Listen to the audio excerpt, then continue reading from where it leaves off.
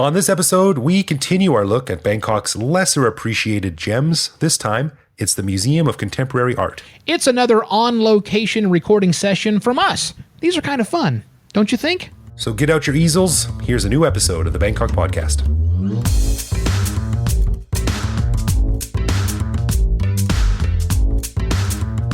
Hi guys, just a quick note before we get started. Due to the quiet nature of the museum and our inability to be the loud jackasses that we usually are, you might have to boost the volume on this episode in certain spots. We also forgot to say a big thank you to MOCA for their assistance and for letting us wander around their fine facility critiquing everything like the uneducated buffoons that we are. Their staff is top-notch and very helpful. 5 out of 5 stars from us. On with the show. Sawadee krap, and welcome to the Bangkok Podcast. My name is Greg Jorgensen, a Canadian who rustled over to Thailand in 2001 for a quick vacation and just never left. And I am Ivo Terra, an American expat living full-time in Bangkok since the beginning of 2016. Thanks for joining us, and welcome to the Big Mango, like literally out in the Big Mango, Greg. Yeah, we're surrounded by big mangoes. Yeah. So before we talk about what's happening, we are at the Museum of Contemporary Arts. That's why things sound weird. And if you hear noises in the background, or you see us pausing because people are looking at us because who are these guys with microphones talking? In the middle of the museum. That's because we're in a museum and we're trying to talk somewhat quietly. A little bit quietly.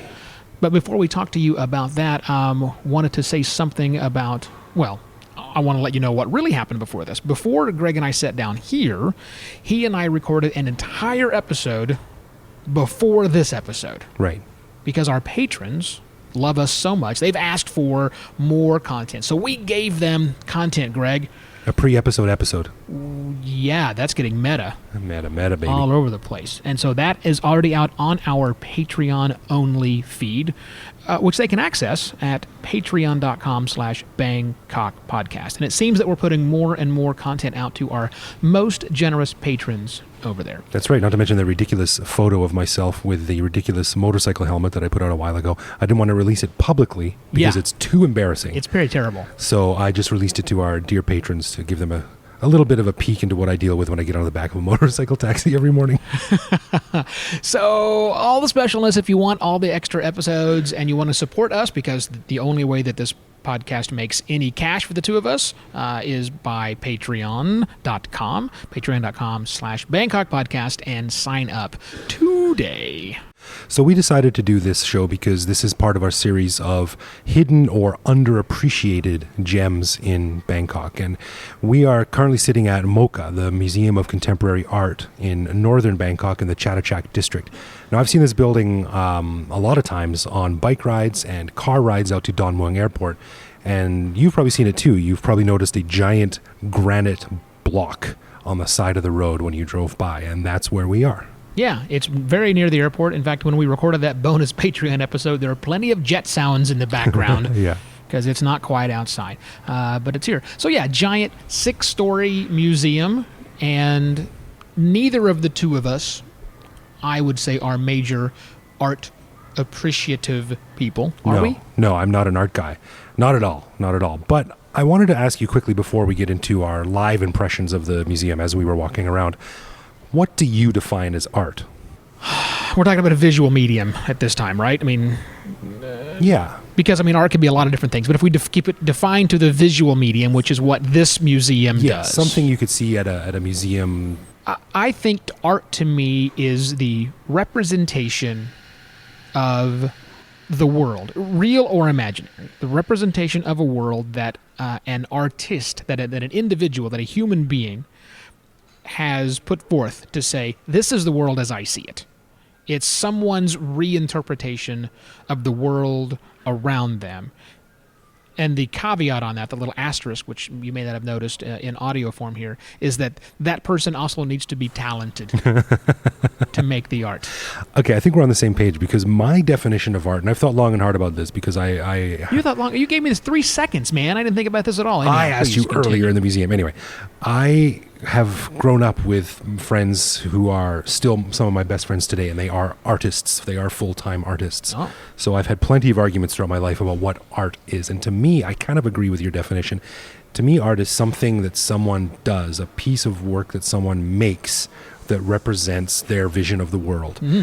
Caveat, that I can't do. Oh.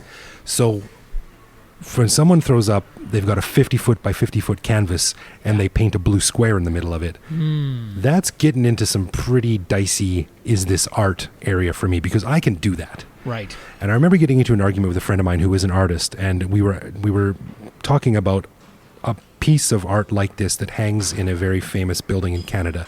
And it's a giant canvas, and it's got 3 stripes on it, like a red stripe, a green stripe, and a blue stripe. And the government bought it for like $5 million. It was pretty controversial at the time. And I was saying to my friend, this isn't art because I can do this. I could paint 3 stripes on a piece of canvas and call it art. And my friend said, well, that's not all there is to it. It's the story behind it. And I said, well, then I'm not an artist. I'm a novelist. And it went back and forth and back and forth. But the bottom line, obviously, is that art is very subjective. And, Yes, it is. And what I think is beautiful, someone else might find ugly, and vice versa. So I think this museum does a really good job at displaying all of those. There's some really, really compelling stuff here. There's some stuff here that you and I just stood in front of and went, what the hell is this thing here? Yeah. But yeah, I'm glad we came up here because I have never been here. I've never known anyone who's been here, actually. And I saw some really, really impressive stuff. I agree. And what's great about this is it's not just any museum. This is a museum of contemporary art, MOCA, that's what it stands for, from Thailand. Yeah. So with one exception, there was one area which was not Thai artist. They called it the International Showcase, I believe. Everything else was showcasing Thai artists and it's modern, right? This is contemporary art. So we didn't have historical paintings, the grand masters of 600 BC. I'm assuming there were some of those. There's a few pieces of silk tapestry that are hanging that are old, but everything else was done by Thai artists of this time. Right. Like some go back like to or there's one guy here who's now deceased who's got a lot of work, but he's still a contemporary artist because it happened in our time, which is sometimes great and then it's sometimes not so great. So what we thought we would do to begin the show here is we walked around with our recording device and tried to capture our impressions of the art as we two non-art people experienced things around us. Now, we are joined during this conversation. Occasionally, you will hear a third voice of a lovely female, my lovely wife, Sheila D., joined us on the tour, who is a photographer and is much more art appreciative than the two of us a-holes who are here. So occasionally you will hear Sheila come in from time to time. So we'll give you our impressions live as they happen, and then we'll come back and kind of wrap things up because there's a greater than zero chance that we weren't as listen, recording audio of us going, that's lovely, isn't nearly as entertaining as us going, huh? What the hell is this? So that's what you might hear. We'll join that now.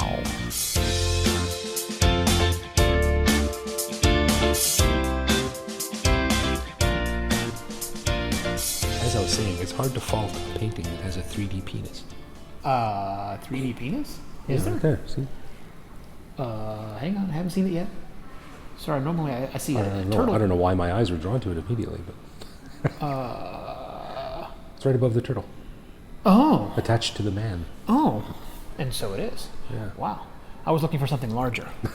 Aren't we all? This looks like something straight from the Chiang Mai White Temple.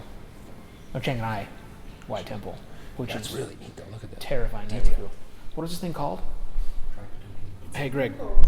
I can't read this. It's in Thai. Read this for me, would you? This is English. Oh, over here's the English version? You stand over there and I'll translate.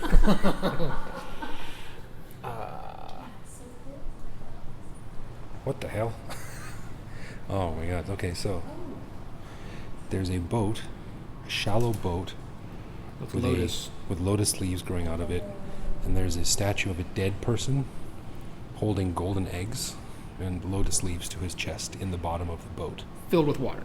Filled with water, clearly signifying the elemental decay of the human spirit. Now, actually, all joking aside, this is beautiful. They've taken the decaying lotus flowers when the seed pods are out. So, I mean, this is like the end of life. Normally with lotuses, pictures of lotus are taken, they've got, it's the beautiful flowers. And this is all done in bronze. It's dead, it's decay. In a traditional boat with a dead body that's got black water covering it. So it's interesting. Yeah, it's interesting, but this is just one of those things that, like, it's it's far above the craftsmanship that I could ever hope to achieve. Of course. I just don't find it very compelling. It's just a statue of a guy in a boat with flowers sticking out of it. You know, maybe I'm not smart enough, but I can't really see much past that. You know? Man, never taken you to a museum again. What the? What the hell is this? All right, what are we seeing here? I'm seeing a guy. Well, I'm seeing a guy who's got two. There's a black and white version of the same the statue, and the black version is holding a puppet. Marionette. A marionette. Yes, so let's call it the right thing. A marionette I recognize that face. of Adolf Hitler. But In key full here, Nazi regalia. Right. key here though is he's gray. That is true. Hitler is. So interesting. You've got a black figure and a white figure back to back holding a gray. So is the idea Hitler. that we're all just shades of gray, and that Hitler is. Well, I mean, if there was ever a person who exemplified the concept of right and wrong and black and white, it was Hitler. Why do you That make dude should be black. It should be. Yeah, I'm pretty sure. Yeah, that should be. And this is called Body, Mind, Peaceful.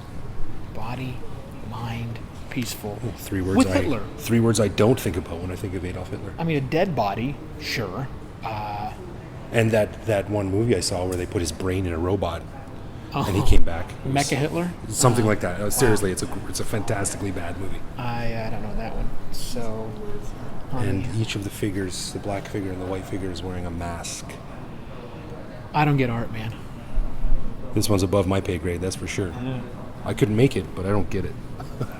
And the marionettes continue. Oh, wow. Now we have Gray Gandhi, that's, and then we have Gray Lenin, I'm guessing? That's Stalin. Or is that Stalin? Excuse me. recognize- That's Stalin, thank you. Because of the hair, because I'm really jealous of Stalin's hair. Right, Stalin had great hair, killed 14 million people, great hair. And then, of course, Mao Zedong, Mao Zedong, yeah. yes, and is this, which? That's Ho Chi Minh. Ho Chi Minh, of course, yeah. And now, right next to him, obviously, Winston Churchill. Thin. Thin Winston Churchill. Yeah, Winston Churchill. Yeah. And The last one, Saddam Hussein. Hussein. With the beard he had just before he was hanged. right. So So soy dogs that have become human. What the hell? That's what this And is. they're kind of melting into the floor. Well, no, I think they're just, just sagging on the floor, right? So these are dogs with, this sounds like something out of Ghostbusters, like Gozer would say. These are dogs with human limbs, human feet. I guess at some point they become that one, but I'm not sure what the one in the back is. She just looks like just a lazy bitch. And I'm just not being rude. I'm just saying she's laying down and she's a female dog. That's right. Right. It's a little bizarre. But Yeah, that dog has no head. There's a This one's headless wearing dog. a necklace with 3 penises on it. You must have got that from a taxi, from a moto taxi guy, no doubt. And then behind them is the photo of the elephantitis of the junk. I don't know. It's not his junk, because the junk's hanging down there. The guy's neck pouch is connected to his ball pouch. I guess I'm just confused. I'm a little bit frightened, actually. I kind of like the surreal art, but I kind of hate myself every time I like it, because I don't quite get it. Maybe that's part of the idea. Fantastic critique must be recorded for all prosperity. So the guy with elephantitis of the neck. Balls. The Neck balls. It's not balls though. See, the title is called Beggar, and so his mouth and neck are attached to his stomach. So basically, he's a never-ending pit. He's a beggar. He would take more and more and more. Just keep taking what people actually give to him. He's got an emaciated body. So this is talking about the futility of supporting the beggars by just giving them their handouts. They would never ever stop, but they get no nourishment from it. So no matter how much you give to them, the problem never goes away. Right. I think that's what they're trying to say. And the painter likes big balls. They're hanging. They are hanging, swinging. It's like a fast bag that Rocky would punch. It's art. Oh, All right, I want to talk about this. okay. Oh, God. Since you're an art film student kind of guy, what director does that remind you of? Terry Gilliam? Bingo. That is so Terry Gilliam. Yeah, definitely. only That's a thing it could Monty be. Python cutscene. With Yeah, creepy it's heads and so Sujai Chaipan is the Terry Gilliam of Thailand. I have just named him or her. Terry Gilliam with a dash of Salvador Dali. Oh yeah. Little Terry Gilliam with a little Salvador Dali. Yeah, I see that. And Thailand, all mixed together. Yeah. Trippy. The differences of the... Okay, so this piece is called Engaged in Combat, and it's the only piece in this entire room that I feel is worthy of commentary. No. No? Well, you know when you stay awake at night sometimes and you have these random thoughts drift into your head that keep you awake? Yeah. One of those thoughts might have been, what would happen if a hippopotamus had a baby with a cicada? And there's your answer. In that painting over there. No, that's not. See, like I said, the painting behind us is the good painting. Yeah, mixing oh my God. It's like a grasshopper ass with a hippo head. It has six breasts on the six bottom. tits, 6 pairs of legs, or 3 pairs of legs, being licked by a giraffe underneath it. Oh yeah, with a fairy riding a dragonfly flying by. Don't forget the mollusk with wings in the back. And the entire thing is being ridden by a woman playing a violin. A woman with a mustache. That's Frank Zappa playing a violin. Okay, now it makes sense. Now I get it. Frank Zappa song? I'm in. Listeners, it sounds like we're making this up. Like, we're just sort of looking at each other laughing. And, oh yeah, don't forget the woman falling through the clouds with her legs open, spread eagle. Right, about to land on top of the rhinoceros with wings. Oh my God. That's bizarre. Just so weird. Can I go back to looking at the good picture? Of all of these mythical creatures engaged in mortal combat? That is a beautiful, beautiful piece. It's huge too. It's gigantic. It's 240 centimeters by 300 centimeters. That's a lot of centimeters. Yeah. That's bigger than my bedspread. It's nice, but you know what I was saying, like to Sheila just now. This guy is considered one of Thailand's national artists. Yes. Great artists. Yes. And this is the floor we spent the least amount of time on. Mm-hmm. We spent far more time being alternately amazed and repulsed by the more contemporary artists on the lower floors, which I think I find interesting. Maybe that says something about our tastes or how we've become jaded and less impressed by the quote-unquote greats, the traditional. Yeah, maybe. This stuff is nice, but none of it made me stop and go, wow, like the stuff on the lower floors did. Right, I guess that's true. That's true. Okay, so we're walking into a place called Passage Across the Universe. It's a giant, dark door. Not even a door, more like a hallway. I think we're going to a planetarium. Cool hallway with lights cut out in the roof, simulating a galaxy, and a creepy soundtrack. I think we're in Logan's Run. This is really disorienting because there's this room here, curved. There's no corners. This is like an echo chamber. Oh, yeah. Wow. That's gnarly. This is, you know what we're in? What? It's the room where they had the Wonka vision. We're going to be on Wonka TV. Oh, God. Mike TV's going to come along and get sapped down to the size of a candy bar. We're basically sitting on the bottom of a sphere. This would be really cool if we have a skateboard. Oh, yeah. And we actually knew how to use it. Whoa.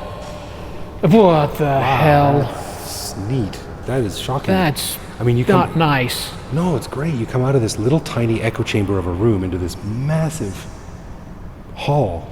What are the ceilings on here? About 15 meters. 15 meters high? Yeah. And these 3 giant paintings at That the are end. 10 meters each. That's really impressive. And they're 3 very different styles. The one on the left is kind of that, here's Thailand with the pastels and the topless people and various levels of heaven, somewhat surreal. I kind of get it, right?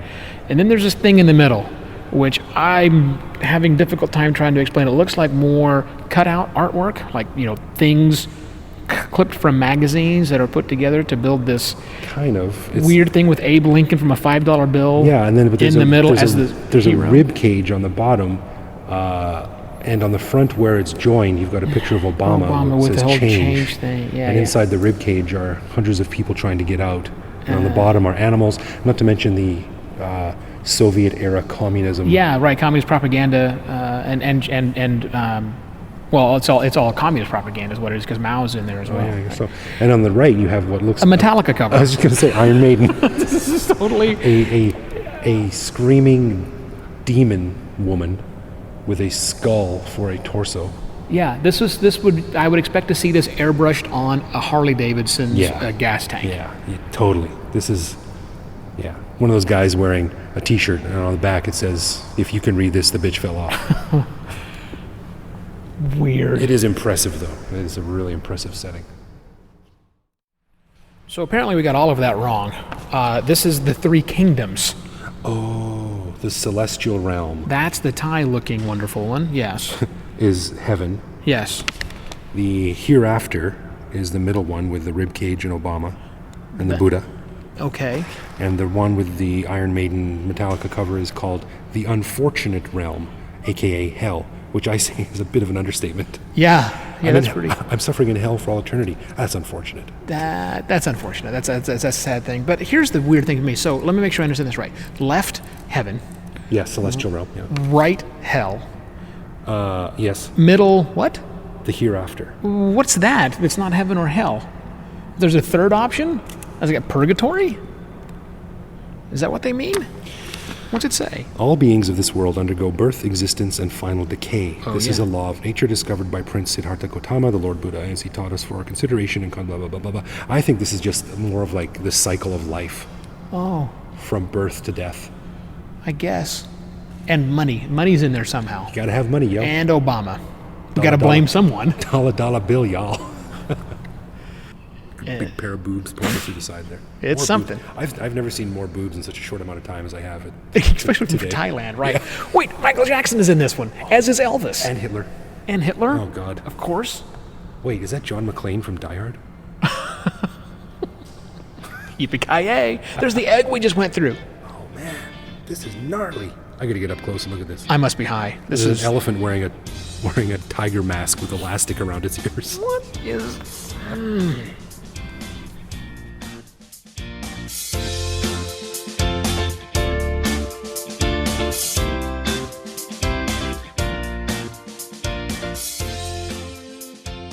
You know, like you said earlier, the audio of us walking around was a lot of what the hell, because, you know, if it bleeds, it leads, and you don't print boring news and everything's fine today.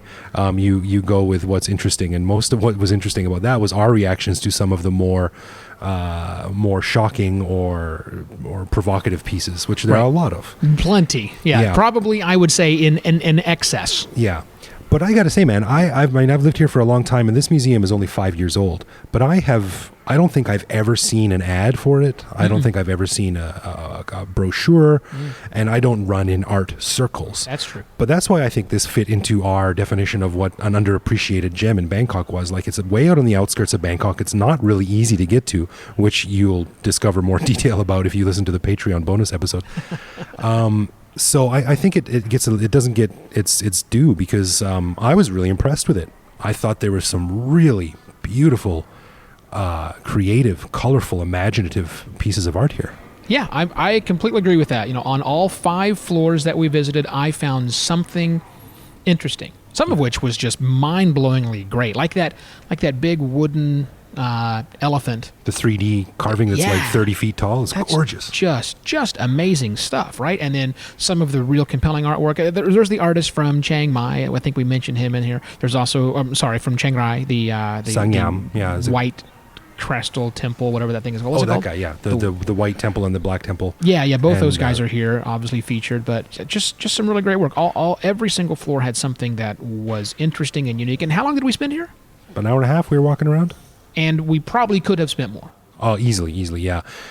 And one other thing that's really impressive too, I mean, this is a gorgeous building. It's big and white and well lit. It's got handicap bathrooms on every floor. It's wheelchair accessible. It's got escalators and elevators. It's done to the standard of a well-funded Western museum. And plenty of parking. I know you took the BTS and Yeah. a taxi to get here. We took the motorbike. And underneath there is a parking lot worthy of Siam malls. Oh, really? Wow. Yeah, okay, that's good. So getting here is a bit of a challenge in the fact only that it's a long ways away. But I don't know where you live in Bangkok, and certainly if you're going to the airport, it's definitely accessible and easy to get here. So no matter where you're at, if art is what you are into, I think you might be interested to see what the Thai contemporary art scene looks like, and this place seems to represent that well. Yeah, it does. And there are a lot of tourist places, like there's the artist's house that you can go to on the Klong and see some funky things, and there's shadow puppets, and there's occasional art exhibits in the malls and things like that. But I think that's just dipping your toe in it. I would say if you're even remotely interested in finding out just how creative and inspiring Thai artists can be, this is a perfect showcase for them. So, yeah, I'd say it's definitely an underappreciated gem.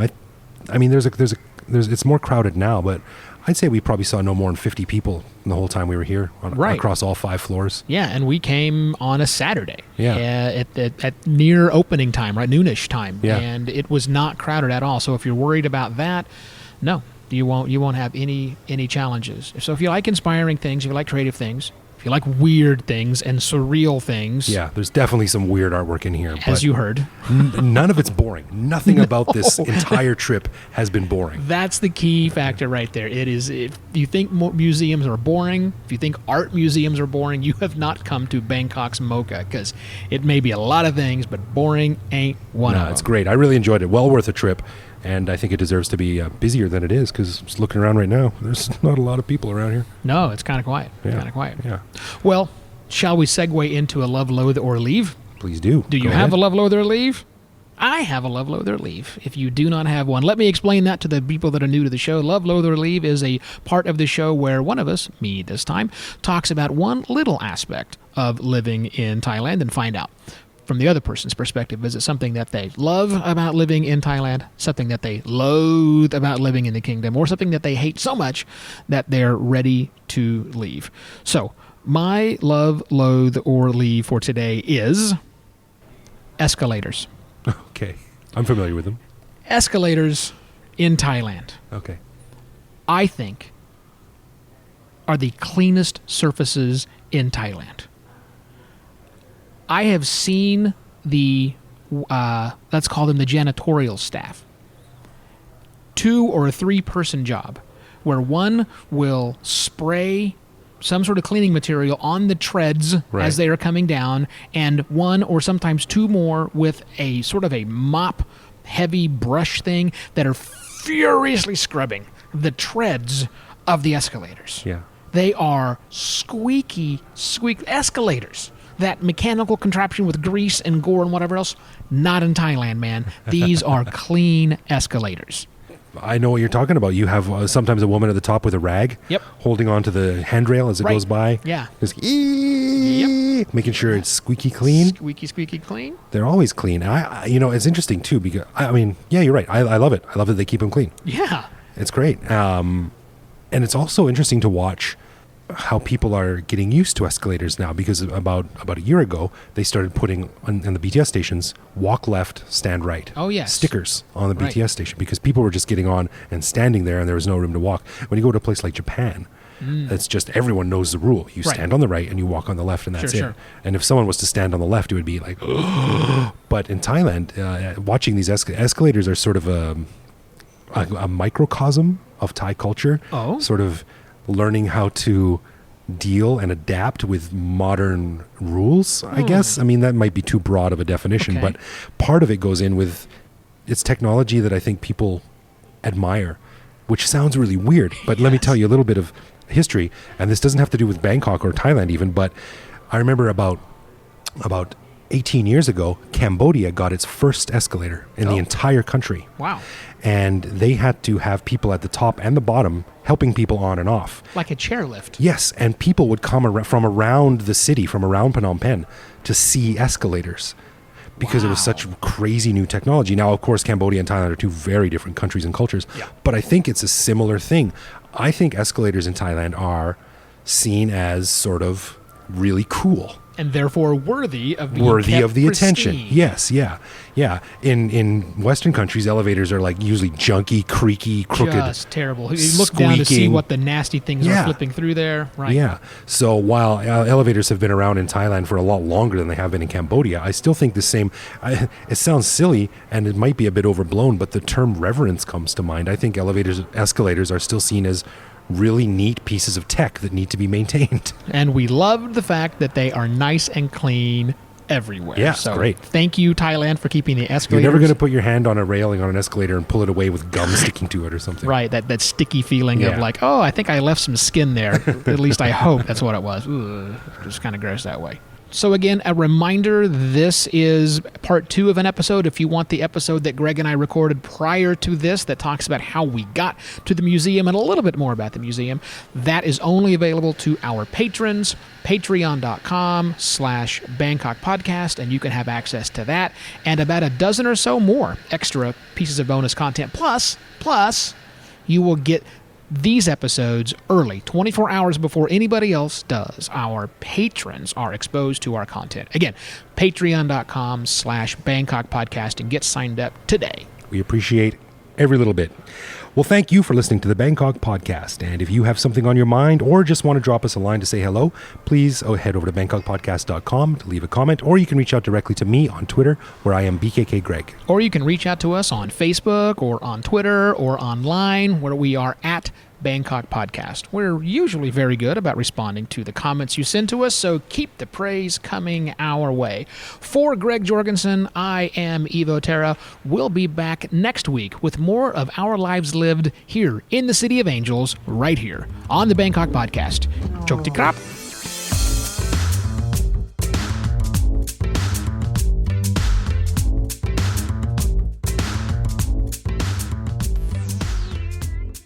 All right. So I'm doing this without my glasses, so that'll be all right. They're in the bike downstairs. I'm just not going back down to get it. Okay.